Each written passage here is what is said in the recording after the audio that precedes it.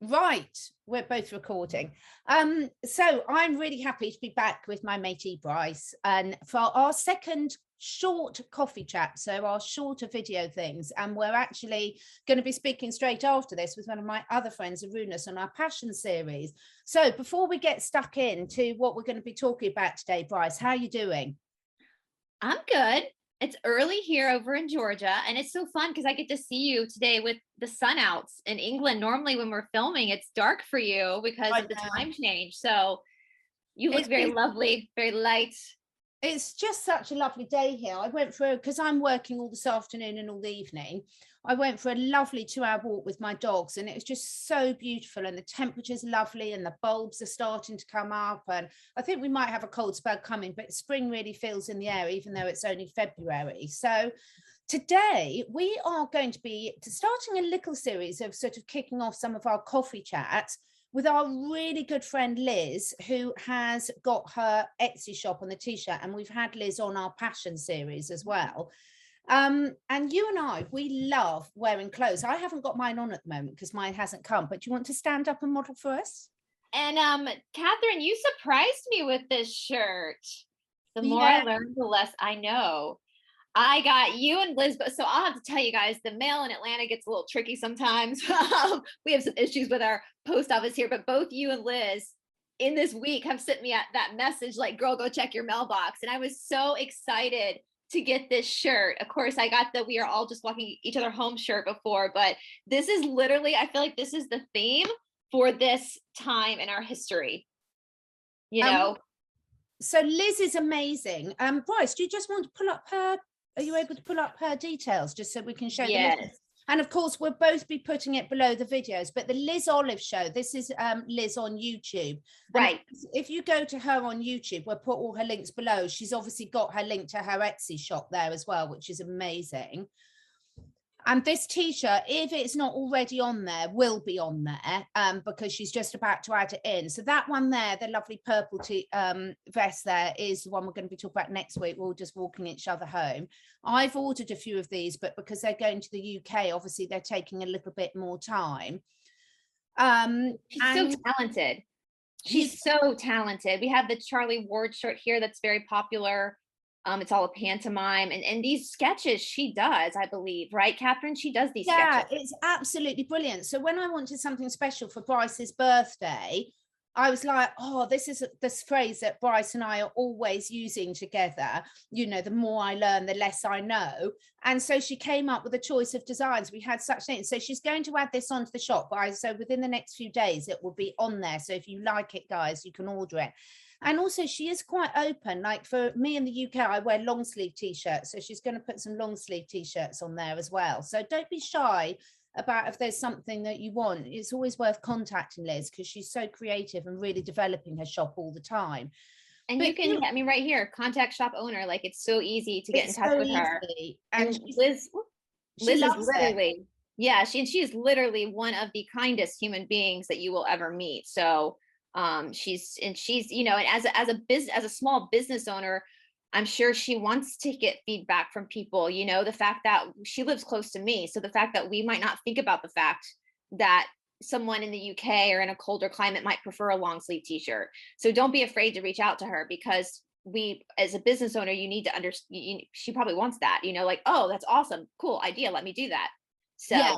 So So but the reason Brice and I love wearing things, I've got my boring plain one on today because mine haven't arrived and I didn't want to have another conflicting one on. But we love wearing clothes that sort of sums up our energy, our thoughts, where we're at, don't we? Why is that quite important to you, Brice? you know what? It's so funny. So there's this great, I'll link it in my description box below. There's this great video that Richard Freeman did a while ago called Yoga Ruins Your Life. And one of the points he brought up is that your sense of fashion goes out the door when you're used to wearing comfortable clothes and being able to move your body. And I literally have gone years without wearing jeans, blue jeans, because I only wear them when I have to now because I realized when you wear clothes that are comfortable, you are better as a person. You know, when you wear something that you feel good in, you feel comfortable in, you can move in, your behavior is better. You know, I think about all when I worked in like, you know, a normal job and having to wear high heels every day. like how miserable I was. And that's the thing about clothing and shirts and being able to express yourself in a more comfortable cocoon for the day, then you behave better and you actually become more attractive. Even if it looks like you're just wearing a t-shirt, if your energy is up, you have more of a magnetism with other people. Does that make sense? Am I making sense? Oh, completely. And we're all energy. We talk about vibration a lot on these shows and things, and it's something that's really, really important to me. And when I put something on, most of my friends know me, I've always got a slogan with a t-shirt on. Like my favorite at the moment is "Be the person your dog wants you to be," or the "Be the person your dog thinks you are." And that to me is a visible reminder every day of like to be better than I was yesterday. And for that sums up everything about if we were all the people that our animals wanted us to be, the world would be a great place. So sometimes embodying it, not only is it infusing yourself with that energy, but it's also putting it back out there for everyone else, isn't it? Yeah, absolutely. And this quote that we are talking about, the more I learn, the less I know. Before we were filming, I was like, basically, we've found out that we don't know anything. Like, Yeah. we really don't know anything. And that keeps you in a place of humility. And when you're in that place of humility, you're open to learning and to growing and expanding within yourself. There was a funny meme that was going around a long time ago that I just cracked up. It was like, before you think you're something special, remember there was a point in your life where you were just trying not to shit your pants. Like you always have to come down to that place of humility. And when we're at that place of humility and we're actually in a kind of a vulnerability in a positive way, then I think humanity will be far greater because we realize we need each other. I think that's so, so important. And, the reason I love that saying so much is, coming from a very scientific background and still having a lot of friends that are very much in that arena. I think it's combining all of them. We get to a stage often where people say, oh, the academics are the least awake and these people this, and it's just more labels. It's ridiculous. Every single person is complex, and if you're like me, you can go through loads of different phases in one day even. It's been called being a woman. But I think it's really important to sort of stop dropping the labels and opening up discussions. And you and I were saying one of the things we love most about Liz's work and her design is it's very non-political.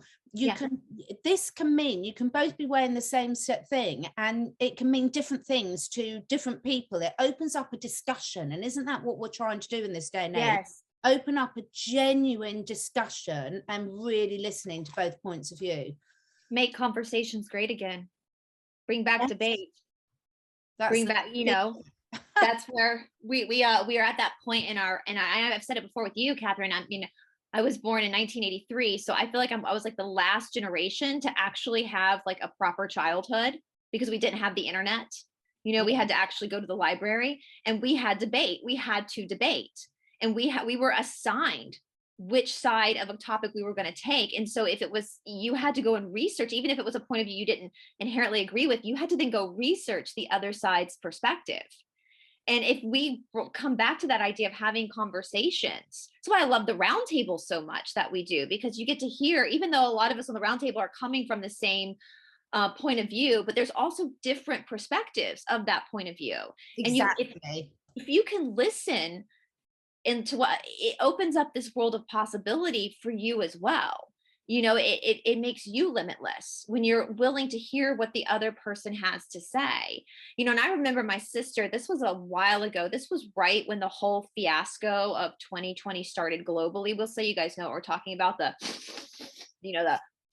thing that they said is bad. And my sister is like, yes, this, my sister, the beer bug, she's like us. She didn't see the big deal about, what was going on and why schools were closing down, all that kind of stuff, because she's got young kids.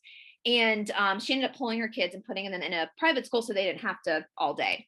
Well, my nephew's best friend's mother, my sister said something amazing one day to me I thought was so compassionate. She had been on the phone with her son's best friend's mother. And she said, I realized talking to her that people are actually afraid. Yeah.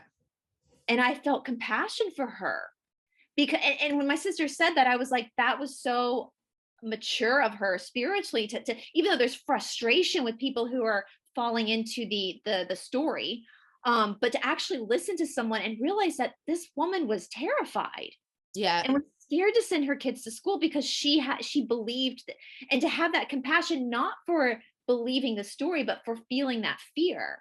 And that's kind of, I think, what in a way what we want is to be able to understand where other people are coming from so that we can come to a place of compassion versus judgment, if that makes Yeah. sense. Oh, it really does. And I will admit very strongly that yesterday I well and truly fell off my perch on that one, because I was out to lunch with some extended family measures, and they were members, and they were telling me about how a lot of their friends still will not go out anywhere, will not let anyone into their house, or things like this. And these were quite elderly people. And I really was not able to feel much compassion for that. And then because I was like, Jesus, talk about putting yourself into a self-imposed cage after all this time. And then I really thought deeply about it, and I thought, God, yeah, it's really interesting about how I wasn't able to, in that moment, I was not able to get in there. And it opened up a whole conversation in my own head with myself about how complex these situations are, because you're so right. That's so great of your sister to show compassion in that situation and to genuinely feel it, because there's a big difference between genuinely feeling compassion and saying it and not being genuine about it. And then also about what am I about not helping people stay in a victim mentality. And it's such an interesting debate, isn't it? And I must say, sometimes I really don't feel I get that right.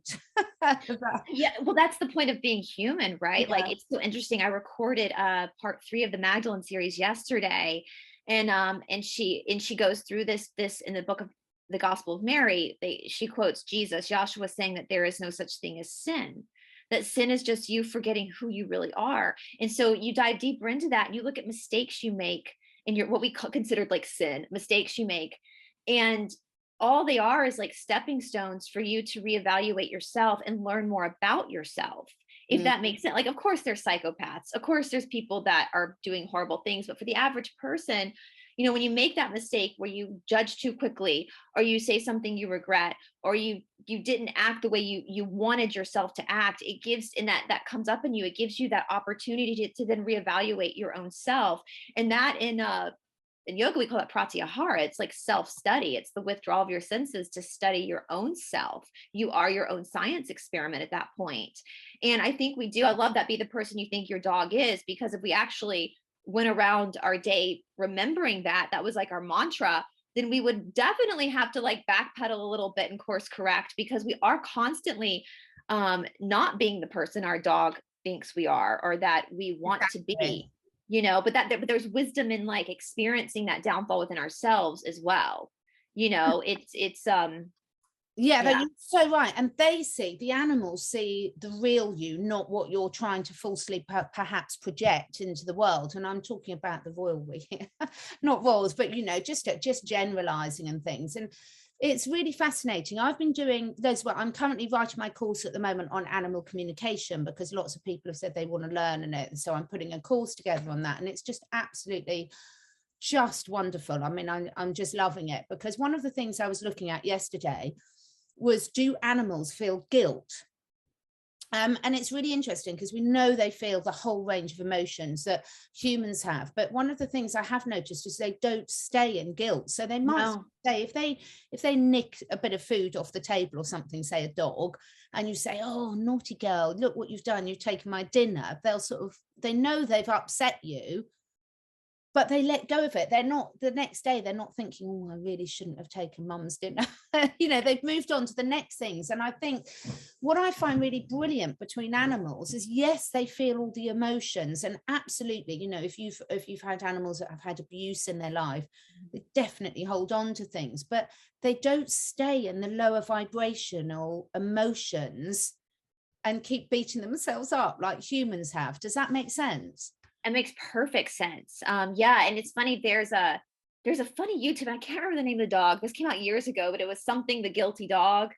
And the guy, he ate the cat treats, and the guy's filming him and he's sitting in the corner, like trying to smile Yeah. up at his cat. Is so funny. But and I remember people talking about when you're training an animal or a dog, like, you know, when they do something they're not supposed to do, you have to address it right then and there, because if you address it later, they've already released it. Yes. You know, and yeah, it's for sure. It's even there was a book, it's actually sitting in my trunk in India whenever I'll get back to India. It was written by a psychiatrist about like the fight or flight or freeze response.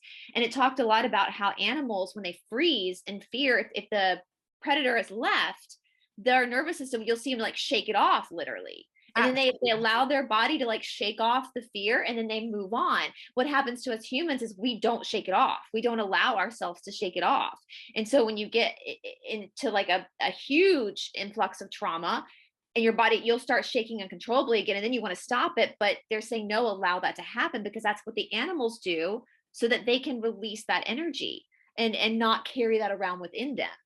All the time. And I think, you know, this sums up again, going back to, the more I learn, the less I know.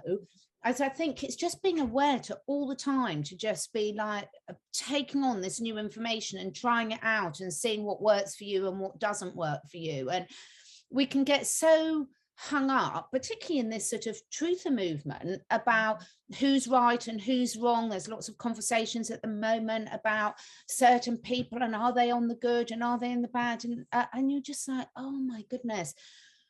You know, I know in one respect we're having these conversations and people want to have these debates, and it just so happens that a lot of them are having them online. But so long as everyone realizes when they're saying it, it's just their opinion. They don't know. They don't know. And time will tell, one way or the other. Time will tell. It's funny you say that, because I was even thinking about, you know, the more I learn, the less I know with like experts. We've been put in this society where we give all of our power over to who we assume are experts. And I think that as like the YouTubers as well, I think we sometimes get put in that category. But I'm just a girl from Georgia. Yeah, like exactly. I mean, my opinions throughout this whole 2 years of being on YouTube, my opinions on matters have changed a lot, have fluctuated. And I've said a lot of time on my channel, the only thing that I can control is my own research. And that's why I like to present my research, is so we can talk about it. So I can read the comments and see what other people have to say. And that again goes back to like, yes, you don't have to. And I know this is maybe even a product of where we are, where we think we have to agree with every single thing a person says in order for that person to be aligned with us. And that's just not true. It's not true. You know, and half the time you might not even agree with your own thoughts 6 months down the line. So are you not aligned with yourself? You know, and I think that's where this debate is coming. It's like if one person on the platform says something wrong or makes a prediction that doesn't come true, all of a sudden that person is like put aside as bad. And no, we're all just trying to figure it out together. You know, exactly. It's so funny. I was going through my baby book. My mother had saved it last night, and I found a note that I put it on my Twitter. I found a note my mother had left for my dad when I started walking. And literally the note said, Brice takes 4 steps, sits down, gets back up, takes four more steps, sits down. And it's like, and I was reading that, and I was like, wow, as an adult, we don't sit back down again. We don't like, we constantly feel like we have to be moving forward. But if we move forward, sit down for a minute, let it settle in, just like that toddler learning how to walk, listen to people, understand people are coming from a different perspective. We don't have to place judgment on them, whether they're good or bad, if that makes sense. Oh, so much so. And it's funny because I was looking at some of the comments, which were really, really good comments. And like you, I love seeing them. But after our round table with Medina and David, and when we were briefly touching on the twin flame stuff, and then I'd got a lot of comments. So when I was saying, well, what about this for the twin flame? Doesn't mean I do or don't believe in the twin flame. I was just exploring things because it occurred to me over the last couple of weeks, particularly when everyone's speaking about Mercury retrograde and the moon and, you know, all this and that. I was like, well, we're taught about brainwashing from the deep state type things, or whatever you want to call it, and from mainstream, and making us behave and think certain things as the norm. But I want to question it on the other side of things as well, because for example, my husband doesn't know anything about Mercury retrograde, and he never has anything go wrong with his technology or computers around that time. So it's just, it's not I think this, I think that, but I'm just like, well, we talk about attracting into our lives what we think about becomes our reality. And Yeah. he's never had one letter about this, even though he's with the same GP as me. I've been talking about this a lot more than him. He's just completely ignored the whole thing. He's never been asked anyway. He's never been asked about this. He's never had. So like, I'm just putting it out there to the universe. Well, how do we know Mercury retrograde really has all these negative effects? It's a very convenient excuse, and it might have, but it's not affecting people that don't know anything about it in that way. Right. Ignorance is bliss in that way. Yeah. Well, you know, it's so funny because I just filmed, it's going up on my channel later today with our friend Cindy, because we were going through, she's into like calling in the planets. And so we did Venus and Jupiter. And then she was saying next week she wants to talk about the moon. And she said something funny. She goes, but you know, there's controversy around that. And I was like, yeah, because we don't even know if it's real or not. Like, you know, but it's just this conversation. It's funny. My perception of twin flames has actually changed since before that. Like, I always knew about the twin flame, but I always thought it was like you were on one side of the veil and they were on the other. But then I went back and reviewed Plato's Symposium, which I had read a long time ago. And I was like, oh, wait, now my opinion's changed. And so, yeah, it's like we're all just scrambling, trying to figure out what's what. But at the end of the day, isn't this all just, as the band Styx says, isn't this all just a grand illusion anyway? And we don't need an answer. That's the beauty of it. But to me, I have now reached a stage in my life where I do not need an answer. I love having the conversations. I can't wait for that moon one, because for me, with all my herbal medicine, with the animals, so for example, I would always do a herbal dewormer on a full moon, because that's meant to bring the parasites out and to be the most effective. But I was laughing in a conversation the other day, because I was like, well, if the moon turns out to be something completely different to what we think it is, then will it really be affecting the parasites in the way I think it is? You know, I don't care. I don't mind if it's different. I just think it's fascinating to find. It's funny because I know here, because we don't, you know, with our yoga shala, we signed a contract with our school in India that we close down on moon days. So we don't open on new moon or full moon. We are supposed to rest that whole day.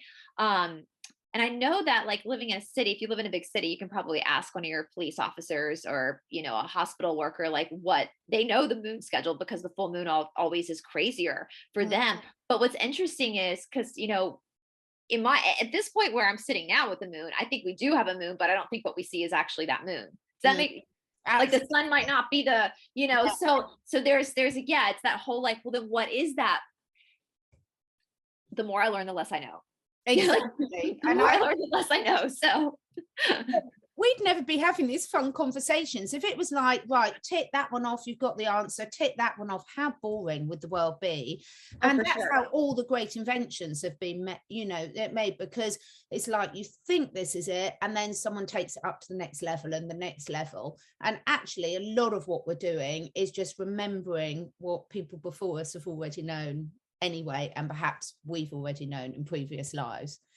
Isn't that the scientist in you, though? Always questioning, you know, like that. Scientists are philosophers and philosophers are scientists, because it's always questioning. Why?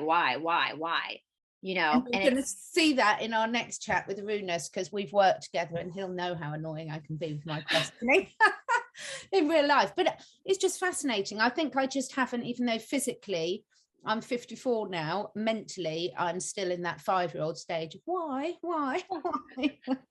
So I'm still annoying people now with that. But oh my God, well, you model it so beautifully, you really do. And now, we've got something exciting, because Liz, one more time, y'all, because this shirt, like, look at that design she did. Isn't it beautiful? Like, beautiful. And I said this on one of my own videos with you know, updates for my channel. I talked about that this tank top, Next Level, that the brand she's using, is a really good tank. We use that, a lot of yoga shalas use that for their studios.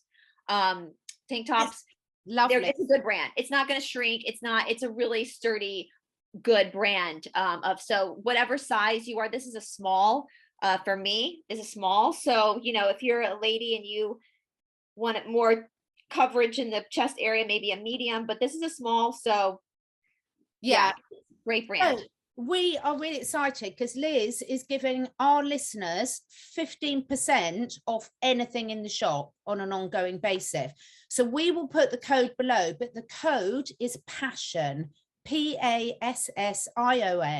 And if you use that coupon code, which Brice and I will be both putting below all our videos, you and the link to Liz's shop.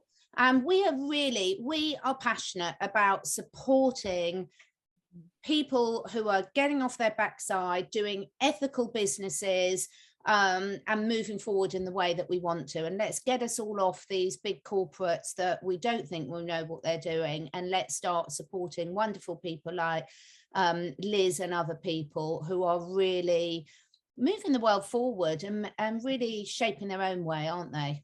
Absolutely. Absolutely. And you're so good about that, Catherine. I have to brag on Catherine because she literally, we know a lot of people in our truther movement who have small businesses, and you're constantly supporting people behind the scenes in their small businesses. And I don't think our viewers know that you do that. So I'm going to put that out there because Catherine is truly doing it from a place of humility and compassion and empathy. And she doesn't tell people she's doing that, guys, but she's always constantly out there supporting people's businesses. So she's practicing what she's preaching. Well, thank you. I hope everyone's enjoyed our next coffee chat. I'll have to make myself a nice organic coffee next time. I've got my lemon juice. And we will be back shortly, won't we, for our next exciting installment. Thank you for watching, everyone. Let us know what you think about this. The more I learn, the less I know. What does that bring up for you? Have fun.